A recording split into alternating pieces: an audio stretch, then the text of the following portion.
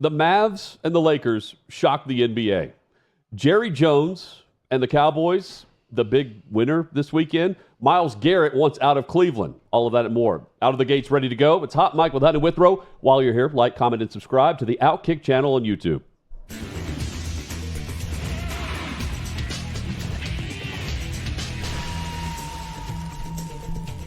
Chad, I don't know about you, but I did a double take when I saw the news of the trade. Luka to the Lakers in exchange for Anthony Davis, and, the other teams were involved, whatever. But I'm thinking, you and I we're not big gamers, but we do play fantasy football. Yeah. And even if we were playing Madden back in the day, there are just certain things, if you propose a trade, it's automatically declined. This is what I would put this in that category. Automatically declined based on what the Mavs get in return for just getting rid of a player that is otherworldly. He's 25 years old, and he's on pace to do some crazy things that already has. And now he's a Los Angeles Laker with LeBron. What was your initial reaction? Well, so I went to bed pretty early Same. Saturday night, and I got up really early Sunday morning. So by the time I log on to X and see all the reaction, it's just everyone torching the trade. Yeah. From the Maverick side. So I didn't see it in real time happen, but by the time I saw the trade that went down and all the reaction, everyone universally was crushing the Dallas Mavericks for allowing something like this to happen and saying, hey, this could be some sort of conspiracy with Adam Silver trying to up the ratings. Also, how was this allowed? Like you said, Hutton, what's the thinking here? I mean, it was immediate negativity towards the Mavericks for making this move. So I consumed the story that way with the negative reaction already out there on it. And it really is pretty baffling. Future trivia question. Who was the third team involved in this trade? The Utah Jazz? The Jazz. The Jazz. The Jazz, who I had to do a quick, a little bit of research on the NBA standings. They're not good. I was looking to see, are the Jazz relevant this year? They are not. I think they're the worst team in the Western Conference. Well, the other two teams are. They're relevant. Yes. And they're in the playoff mix. I mean, tossing around the, biggest trade, stunning trade in NBA history. Look, I mean, think about, this is where my mind went after I found out this was real. You have to search now to see if any of these accounts are real on X. To LA's credit, they jumped at the opportunity to be a part of a bold move. And, there's another brand name, household known global franchise that prefers to just stand pat. And it's the neighbor to the Dallas Mavericks. The two most recognizable sports franchises are in spots that they shouldn't be in, really. We are not that far removed from the Dallas Cowboys and Los Angeles Lakers, coached by Bill Parcells and Phil Jackson. And now they can't land coaches close to that caliber. I mean, they're settling on potential instead of the top-notch, state-of-the-art coach, right? Like, they're hiring Brian Schottenheimer and J.J. Redick. And, I mean, at least the Lakers don't seem content with where they are. Making a big move to acquire Doncic and dumping Anthony Davis for an investment on their future. The Cowboys, meanwhile, just comparing the two, what's the last big move that they made? And, to change their state of play. Patience hasn't always been a virtue that you want to look at and say, this is the way to go, Jerry. I mean, it's been to the team's detriment, really, the patience aspect of it recently. The Lakers were presented a gift that the Cowboys, for any franchise, Chad, that they don't usually see something like this. The Mavs called the Lakers looking to move on from one of the top three players in the NBA. You want 100% make that move as long as you're cool with the contract. And in the Lakers' case, I mean, you make the move. A 25-year-old headed into his prime, one of the top three players in the league. And for his age, Luka has one of the most decorated resumes in the history of the NBA. The Mavs call, and you think you're dreaming. I mean, that would be my reaction to it. The Lakers' odds to win the Larry O'Brien Trophy more than doubled in the last 48 hours after adding him to their roster. They began the season with the 10th best odds to win the championship. Now they're at number 6 in the favorite list with the sports books. Los Angeles currently is in 5th place in the Western Conference. They've won 8 of their last 10 games, and now they add in Luka, and the Lakers have a huge piece for the immediate future and for years to come. And they didn't even tell LeBron that this trade was going down. This is a different Lakers approach, one that I like, one that I appreciate. Now, as for the Cowboys, the other big brand, the immediate future doesn't look great. Neither does the long-term build. Not when Stephen Jones can't acknowledge that among all the teams in the NFC, there's one franchise which hasn't reached the NFC Championship game since 1995, and what is the longest wait of any team, and that one team happens to be the Dallas Cowboys. Stephen Jones thinks we're kidding. Obviously, we're also evaluating where it didn't go right, in terms of, this drought that people say we're in terms of a championship game or a Super Bowl. And it's been a while since the Cowboys did something. I said, yeah, you know what? They made the right call there. And, I guess it's been a while since I thought that about the Dallas Mavericks. But at least Dallas and the Mavs are being bold. They were in the finals last year. But I know, but made a move, and I'm like, yeah, that's going to work. The Kyrie Irving thing, I guess, worked to some extent. But based on where Kyrie was and they just got Klay Thompson. The malcontent that he was, I'm thinking, yeah, okay. But, yeah, here they are trading away Luka, who was the reason why they were in the finals. And, maybe they end up making the right call. They didn't like the guy. But for Dallas and the Cowboys, yes, I too would have signed Dak Prescott and CeeDee Lamb, but not with the wait until the last minute approach that Jerry Jones used to get these deals done. Waiting did nothing but hold the Cowboys back and cost the Cowboys money. Same thing happened with Mike McCarthy. If you wanted him to return, don't allow him to go into a lame duck contract season or contract month. Even if Jerry wanted to see more, do so without all the dysfunction. And I think that's how I would describe the Lakers as of late. Dysfunction. But, now they've got a player that can take them out of that and pair him with the era of LeBron. In the not-so-distant past, coaches like Ben Johnson, Cliff Kingsbury, Kellen Moore would not have hesitated to pair with America's team. And now I can't help but think, Chad, they prefer to stay away from Big D.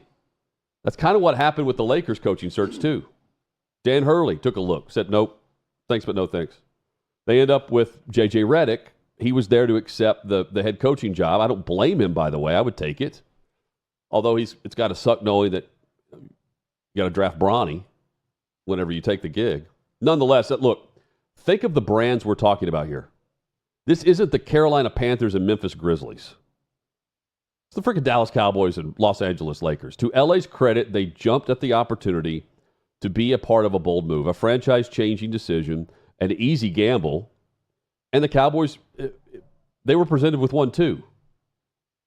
But no matter how discussions actually went, ultimately, the Cowboys passed on hiring Deion Sanders.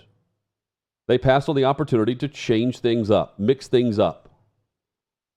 They said no to bringing in a shock to the system. And that's what the Lakers needed. I think they did that. Will it work? Time will tell. But what they were doing, was it working? The Mavs would say the same. But in the same city, the Cowboys also need that jarring change to their foundation. Will they do it? Probably not. And it's unfortunate because what they're doing will not work. And we see what's happening there with the biggest brand in sports.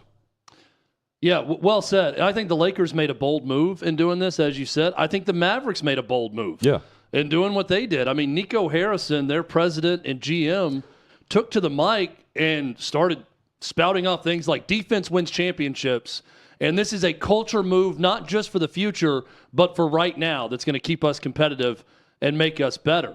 And I'm thinking, boy, that's not the way most everyone sees it when they look at what this move is.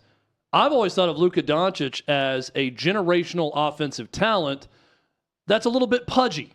that doesn't play a lot of defense, that there are questions about his conditioning. So I don't know that it's a slam dunk win for the Lakers, short term, long term, whatever.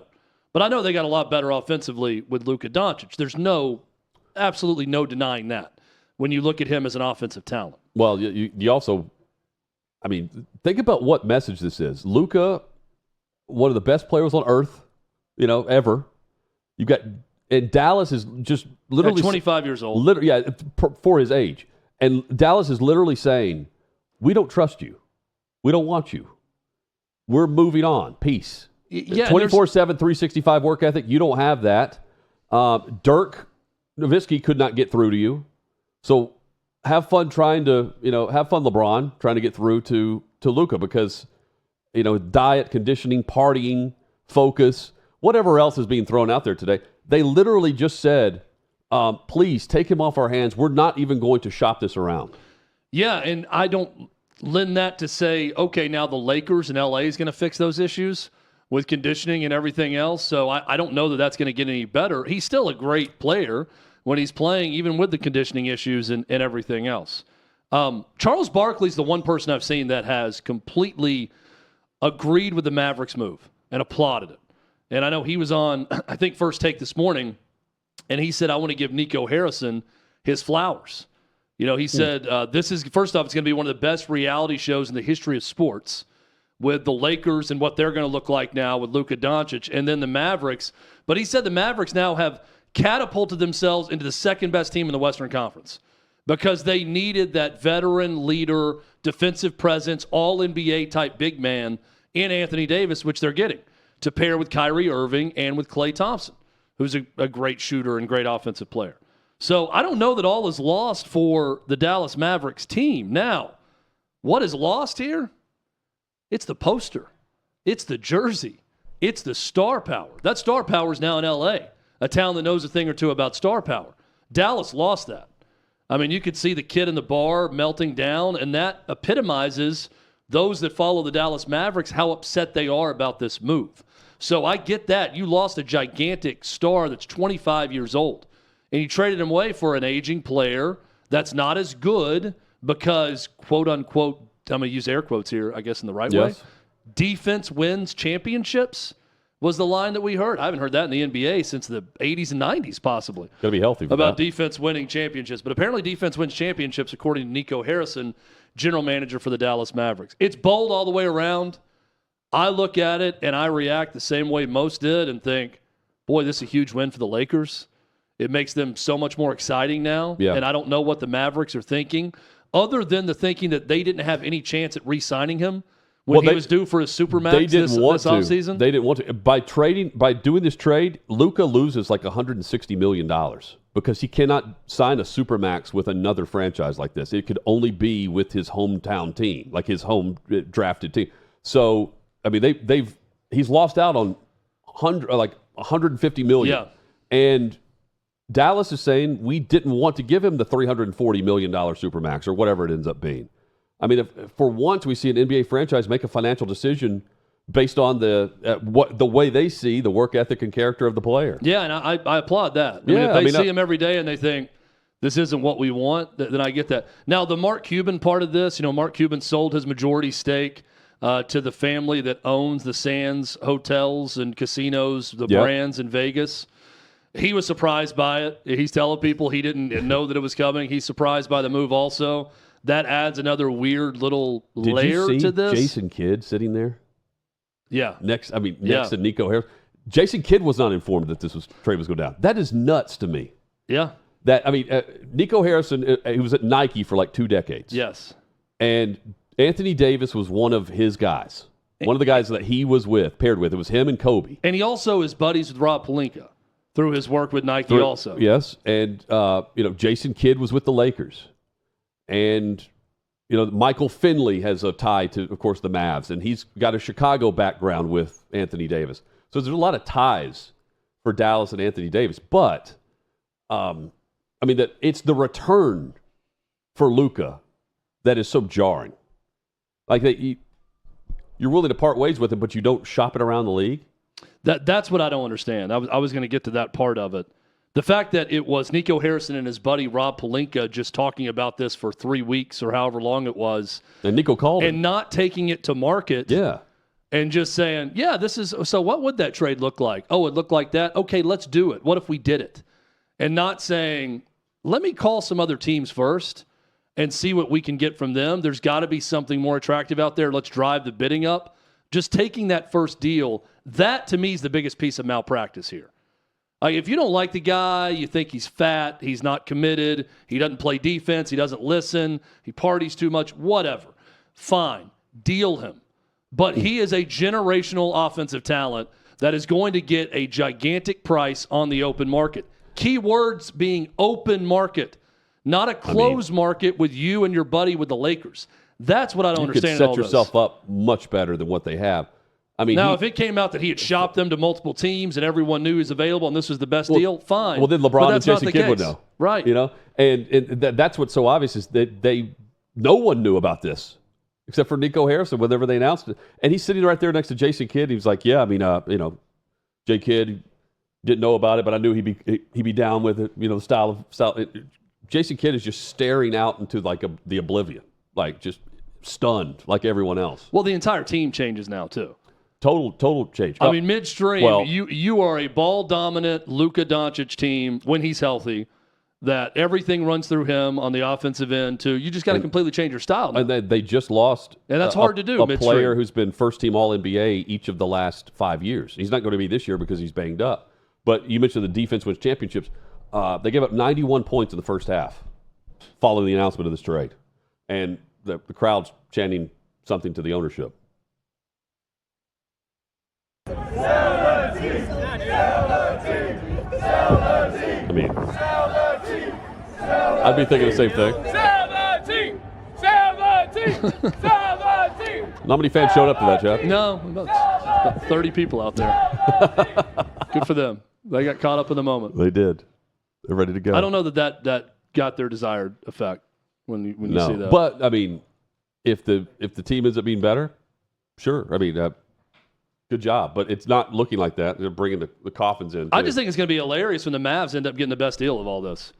Like, well, if they get AD and suddenly they're better. But no matter what, they won't. Because they could have a lot more. The deal could have been far better for them. The hypothetical of what they could have the opportunity cost given up of not shopping in Oakland. I feel like they lose either way. That's what I'll never understand. But like all of these videos are going to be, look, it's either going to be prescient and we're going to look back and say, boy, these fans that are just going hysterical, burying Luka Doncic jerseys here in front of the arena, they're all right and everybody else is, or it's going to be hilarious to play this back in an in memoriam of the Mavericks winning 2 or 3 straight titles. Where do you go, like, in the moment, where do you go to get a coffin like that?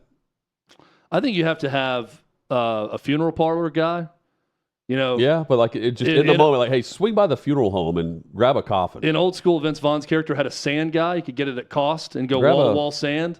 At any point, you got to have a guy for everything. Yeah. You got to have a connection to a funeral parlor to go get a coffin. You have to that know quickly.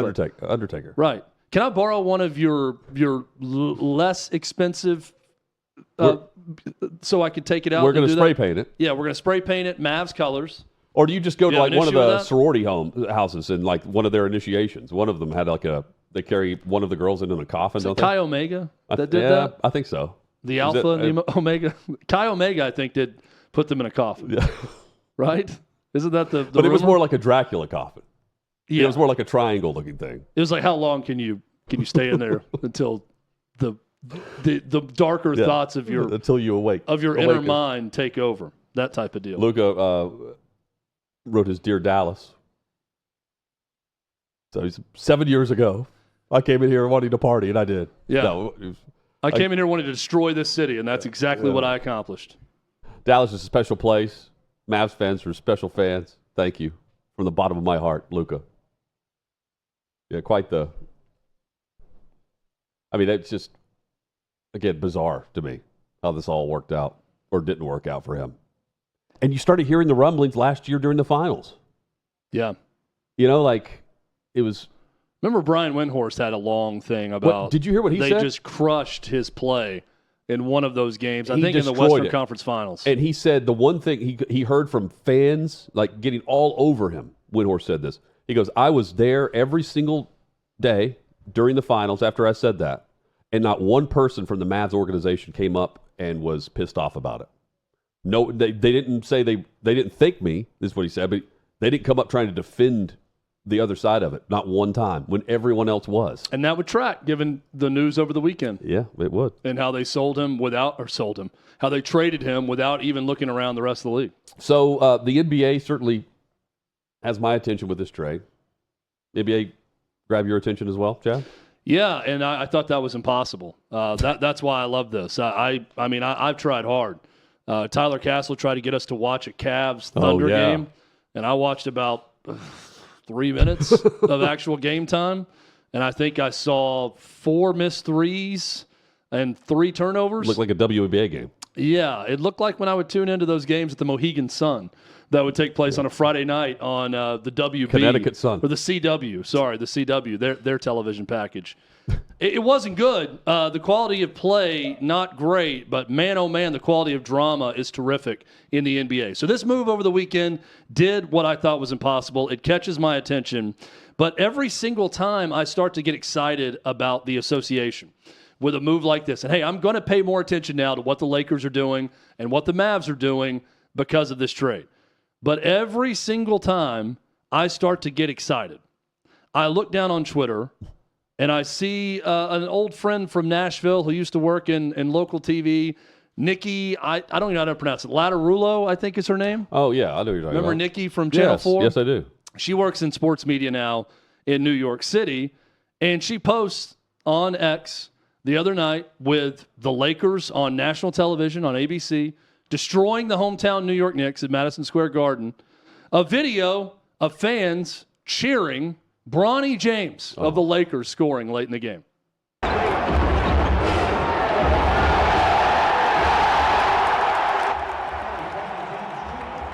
That was the ovation for Bronny James getting in late and scoring. Now, go back to that still shot if you can, guys, of that photo. I want everyone to take a look at the defense being played by the New York Knickerbockers on this play. Was that Luka? Look at this. Luka, that's a 7 on the end of the name. It's not 77 like Luka, but it might as well be. I mean, this is like the Brett Favre taking a dive with Michael Strahan all-star version level of defense. I think that Brett Favre would be proud to see this level of defense being played by the Knicks. Why are the New York Knicks fans cheering Bronny James scoring a late layup in a huge win for the Lakers where they're dominating your team? It's not the Bronx cheer, though, right? No, it's a cheer. It's a legitimate cheer. And the post from Nikki was like, boy, the Garden crowd loves it. Bronny James scoring late in this game. That's what bothers me about the NBA. Like, if I had to cut to the core of what bothers me, Hutton, it's the jersey swap generation. Yeah, I hate that. That we have of, like, everybody loves everybody because maybe they played on the same AAU team together or they played on the Olympic team together, and there's no true rivalries anymore that's left. But the fans, I want to care about the fans and think that they really care. Well, and get into it. Are these Lakers fans who are there? I mean, are Lakers fans taking over? Did they flee the wildfires and go to New York City? I mean, maybe. It's a and destination. Take over Madison it's a Square destination. Garden? I'm just saying, like, I don't know. I'm just saying, I find it hard to believe that I will say Knicks fans would cheer for the opponent. I am going by Nikki's word, who I trust, who once worked in this market, that those were Knicks fans. She said the Knicks fans love it. Knicks fans love Bronny James scoring What was the late. score of this game? I can't get into the NBA when I see stuff like that. Yeah. It bothers me. You are cheering. Oh, and by the way, the Lakers won they by won 14. Huge. Yeah, then they were up bigger than that because they put Bronny James in. I think the Knicks made a late run because of that. They're cheering a dude who couldn't play in college. Yeah. That was a charity pick because of who his dad is in the NBA, scoring an Olay layup against two white dudes who I've never heard of that are refusing to play any defense in that shot. That's what happened. And, hey, not even a Bronx cheer. Old school Knicks fans just standing up and applauding Bronny James. See if we can find the we need some box score here. We need some legit hatred back in the NBA. That's what we need between teams. That was his only bucket in 2 minutes of play. Oh, good. So was this one of those deals where they were just chanting for Bronny to get in the game? You and I could have made that layup. Yeah, that was an NBA play that we could have made. I'm not guaranteeing we would have made it. I'm a little rusty, But given that lane and the wide open goal, we may have made that layup. Unfortunate for this former SEC and Tennessee Volunteer, Dalton Connect had as many points in this game as Bronny did. Nice. Dalton Connect, apparently, rumor was that there was an offer for him to be a part of this, going to Dallas, that was one of the things they discussed, and the Lakers said no. They weren't going to do it. We're going to give you the worst trade ever. Yeah. Again, that's what makes it such a yeah. Well, the Mavs took it. The fact that the Mavs didn't demand it. They called. He called his buddy Palika and said, "Hey, I want a deal. Are you interested in?" Yeah. Well, what can you offer with this? I'm not arguing. Okay. I'm not arguing that Dalton Connect is Luka Doncic. I know, but in terms of style and scoring ability at all three levels, it's something else. That's at least an option that you bring in that you could develop, right? That can score the basketball. He's done it even in the NBA in his rookie year so far. You didn't try to get Trey Jamison? Or you didn't try to go after, let's see, Jared Vanderbilt? It feels like they just kind of, Pelinka sort of big brothered. I'm just naming players who didn't score, Nico but Bronny did. This. Hey, man, Nico's telling Rob, hey, man, what about that Dalton Connect kid? Nope, off limits. Okay, yeah, you're right. Yeah, you're right, Rob. Never good. mind. We'll stick with the deal that we had before. Sorry, I asked for too much. Can you imagine if they traded Bronny? Oh, that would be funny. Without LeBron's knowledge. So I think initially they just leave him in New York for the Knicks after he scores that bucket. Hey, this is the best he's ever played. We're going to do you guys a favor, and he can just stay here. Your fans already love him. They were cheering like crazy when he scored that wide open layup. So we're gonna leave Bronny here, and you can have him. I believe the reports that LeBron didn't know. Oh, I do too. But think about this: they've gone from the organization that drafted his son, where he made sure of it, to the franchise that no longer tells them what they're doing. Now, LeBron's been helping with all this because he was trying to get how many players to join him in Los Angeles this past offseason? Couldn't do it. And, everyone, he said, what did he say? He goes, I guess I'll just have to, I guess no one wants to pair up, or he said something like that. No one wants to play with me anymore, that kind of thing. He's joking, but now he gets what a significant upgrade from like the type of player that he was recruiting to try to come over and play in L.A. And all the other players are just like, I'm good. In fact, didn't one of them go to Dallas, I think? Klay Thompson. Yeah. Yeah. Yeah, that was the big one. It chose that he wanted in L.A. Mavs over, yeah. Yeah. Well, so are we sure that LeBron and Luka are going to get along and play well together? Nice? I don't think it matters. Well, Luka's banged up, right? Yeah, he's not playing right now. And how much longer is LeBron? He's got like a. Yeah, it's got a. I don't want to make fun of it, but it's kind of a fat guy injury. Calf strain. Yeah. Or something like that. Like that's an injury that someone who's not in the best shape would have. Yeah, maybe the Zion type of injury. Yeah, a soft tissue injury. But and I want to put the emphasis on the word soft. When I say soft tissue injury. But emphasis on soft. It's hard for me to call him soft though, when he's made first team All NBA. I know what you're saying. He's not soft. His tissues are soft. Is what I'm saying. Soft tissue. Soft tissue. But how's LeBron going to take this? Well, he's currently in a playoff race, and his odds of winning a title more than doubled by adding this guy. Now I know he loves Anthony Davis, but the Lakers aren't winning a title with how they were set up. So the Mavs are tied for the last playoff spot right now, like the 8th playoff spot, and the Lakers are the 5 seed. They're the 5 seed. Season ends today. They're playing in Denver, 5 versus 4 to start it, unless they've changed the playoffs again. And I don't know exactly how they have. That's kind of the way they have that first round. I know, but those would be if we're looking at what we know is the actual NBA playoffs, the 1 through the 8 seed. That's where those teams are today. How do you? So we'll just check back as the season progresses and kind of see who rises and who falls after this trade. How do you allow 91 points in the first half? I have no idea. 91. I mean, you're just, I guess, because of 91. The quick shot clock, you're just allowing super fast threes over and over. Yeah, I mean, I hear 91 points in the first half too, Hutton, and I think, East versus West. That Silver was right when he talked about going to 20-minute halves. The final score, or 10-minute quarters. 144-101. in Cleveland. Tough night. Yeah, oh man, it was 50-19 after one. 91 points allowed at halftime. Ends up with 144. Speaking of what'd you say, the fat player injury? A soft tissue injury? Yeah. Zion, we Calf referenced him. Zion Williamson explaining why he's not played in back-to-back games. Let me make this clear to everybody out there. If I can play in the back-to-backs, I would. I physically, yes, I can. But I work for the Pelicans. They have decided that based off the numbers, it's not smart to do that right now. So, if that's what they feel, I'm rocking with them on that. But yes, if I could play in a back-to-back, I would. Look at him all slim. Yeah, he's looking good. Looking like a guy who's not got a calf strain. I love that approach to it. Hey, based on the numbers, I if guess they the would numbers let me do it, I would. The fact that they're 12-37, that's the numbers, and they want to preserve their guy because they're not going anywhere this season. So they're just going to limit his activity. Is that the numbers he's talking about? I guess the numbers of like the analytics. Yeah, I mean, because there can't be an explanation of it helps us win because they're not winning. You see my point? Like if he's talking about, well, the numbers show that actually we do well this on again, off again. No, you're 12-37. You're 27 games back from the Oklahoma City Thunder. So your team sucks.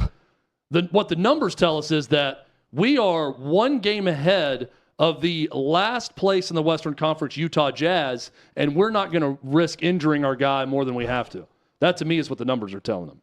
Yeah. Can we run that back? Zion, like, again, when you see him, if you haven't seen him in a while, guy's been on the treadmill or something. He's been watching what he's eating. Let me make this clear to everybody out there.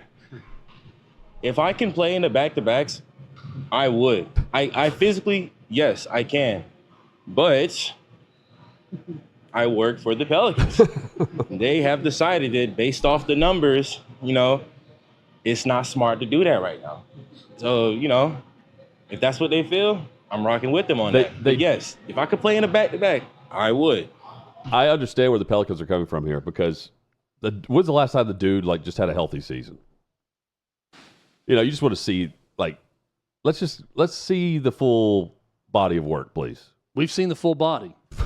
Now you know let's what I mean? see the full body of work. Let's see what a full season. Let's see half the body you had with a full body of work. Like the full-bodied beverages that Luka Doncic prefers. Let's see a full body of work from Apparently, Zion. this dude is just he's 25 years old. What do you expect? Well, but he's just throwing down. I do love the clip of but he's deep down in work Dallas. for the New Orleans Pelicans. Yeah, is a great way of I explaining work for the Pelicans. But I work for the Pelicans, so they tell me what to do. It's a good explanation. And good for him. If he's not the one tapping out, good for him. I would want that to be made very clear. If I was on again, off again, or load managing, whatever, is any way. Is Embiid doing that same thing? If that was a team decision and not a player decision, right, I'd make that perfectly clear in every press availability. Myles Garrett's made it perfectly clear. He wants out after 8 seasons with the Cleveland Browns. Now, he has a desire to win. He plays with that passion every single snap. Defensive Player of the Year, Pro Football Hall of Famer, no doubt, right? First ballot dude. Good for him. And he said this going into week 17, week 18, that he wanted to sit back and see what the Browns did. And I took it to mean, let's see what happens with this coaching staff. That's the way I took it. And they're running it back. But there's also this rebuild that's going on because they're stuck with the contract of Deshaun Watson. And still with all that, think about how bad the Browns have been. And think about how good the Browns defense has been because of Myles Garrett. I hope he's able to go play for a true contender. Pick a team in the top 4 of either side. Pick a conference and pick a top 4 or 5 team. They're a contender because you add Myles Garrett to them. Automatically, he's selected the right team because he's joining them. And man, I'm just going through all these different, the top 5 seeds, top 6 seeds. Chad, he could do some damage for some of these teams. Think about him with Green Bay. Just joining that defense with the offense that they have and the way they're developing.